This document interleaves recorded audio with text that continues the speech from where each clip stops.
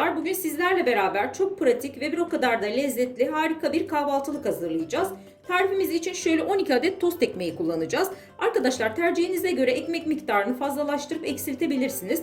Biz tam 12 adet tost ekmeği kullanacağız. Öncelikle tost ekmeklerimizin şu kenar kısımlarını bıçakla keselim.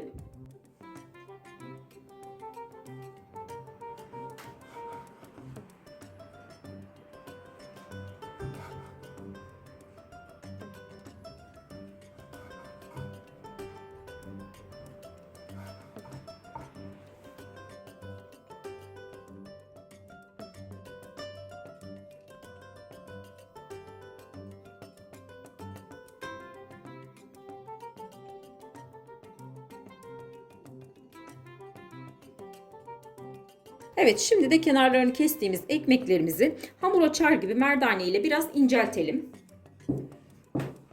Üzerine baskı uygulayarak.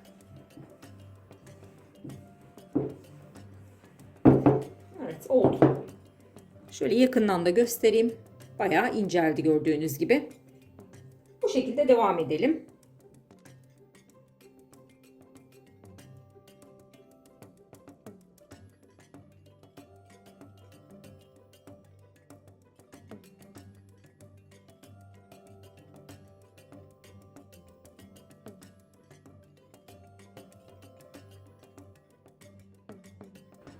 Evet, şimdi de ekmeklerimizin iç dolgusunu hazırlayalım. Şöyle kasemizin içerisine 2 yemek kaşığı krem peynir ekliyoruz.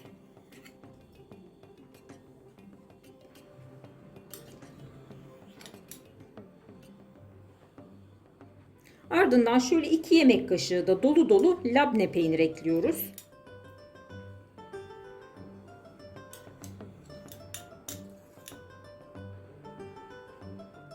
Ardından harcımıza şöyle minik parçalar halinde doğradığımız zeytinimizi ekliyoruz. Yaklaşık 2 yemek kaşığı kadar. Şöyle biraz da ince doğranmış dereotu ekliyoruz. Arkadaşlar dereotunu sevmiyorsanız eğer kullanmayabilirsiniz. Ya da tercihe göre dereotu yerine maydanoz da kullanabilirsiniz. Şöyle harcımızı bir karıştıralım.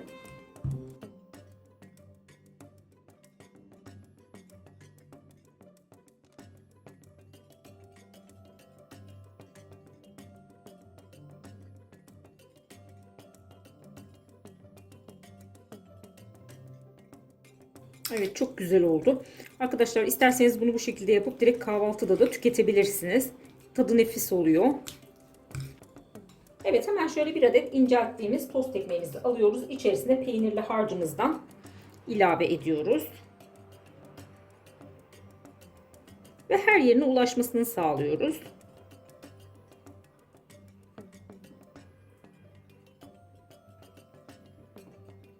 Şu uç kısma çok fazla sürmemeye özen gösterin. Yani bir parmak boşluk kalsın. Aksi takdirde dışa taşabilir. Ve şöyle sigara böreği sarar gibi sarıyoruz.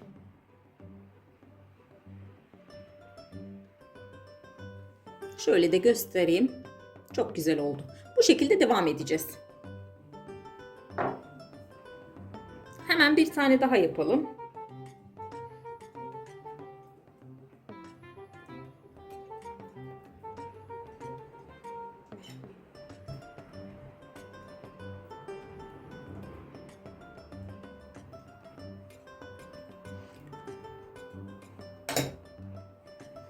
Yine aynı şekilde sigara böreği sarar gibi sarıyoruz.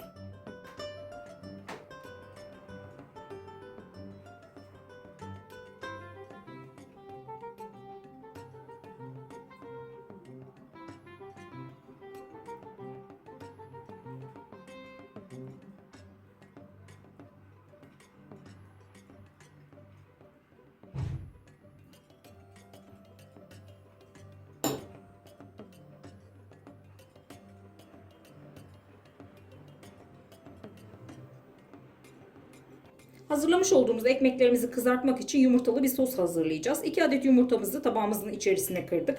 Ardından şöyle yarım çay kaşığı kadar da tuz ekliyoruz. Ve çatalımızda güzelce bir çırpıyoruz.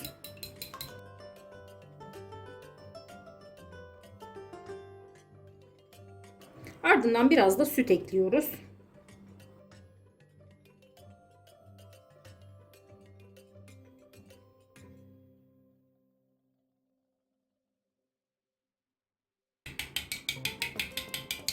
Evet, sosumuz hazır.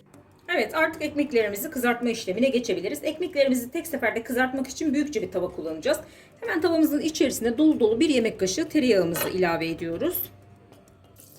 Evet, yağımız da neredeyse erimeye başladı. Şimdi hazırlamış olduğumuz tost ekmeklerimizi yumurtalı harcımızın içerisine buluyoruz. Ardından tavamıza atacağız. Yağımız tamamen erisin. Evet, hemen tavamıza atıyoruz. Elimizi biraz çabuk tutuyoruz ki yağımız yanmasın.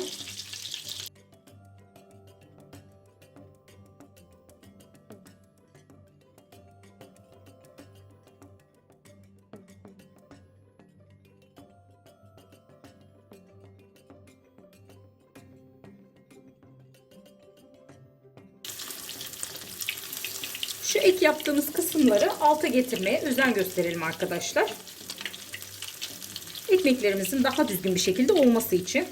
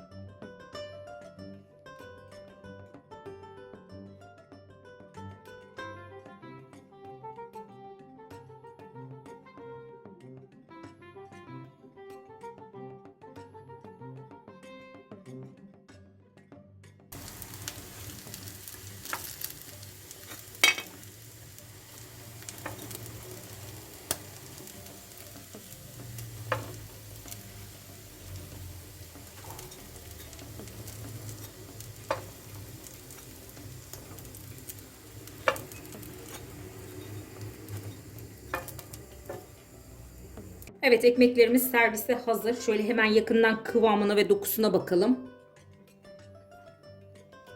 Yumuşacık, mis gibi kokuyorlar. Kahvaltı sofralarınız için muhteşem bir lezzet. Mutlaka denemenizi tavsiye ederim. Ayrıca videomuzu beğendiyseniz bize destek vermek için lütfen YouTube kanalımıza abone olmayı unutmayın. Tariflerimizi mutlaka deneyin. Deneyen herkese de şimdiden afiyet olsun.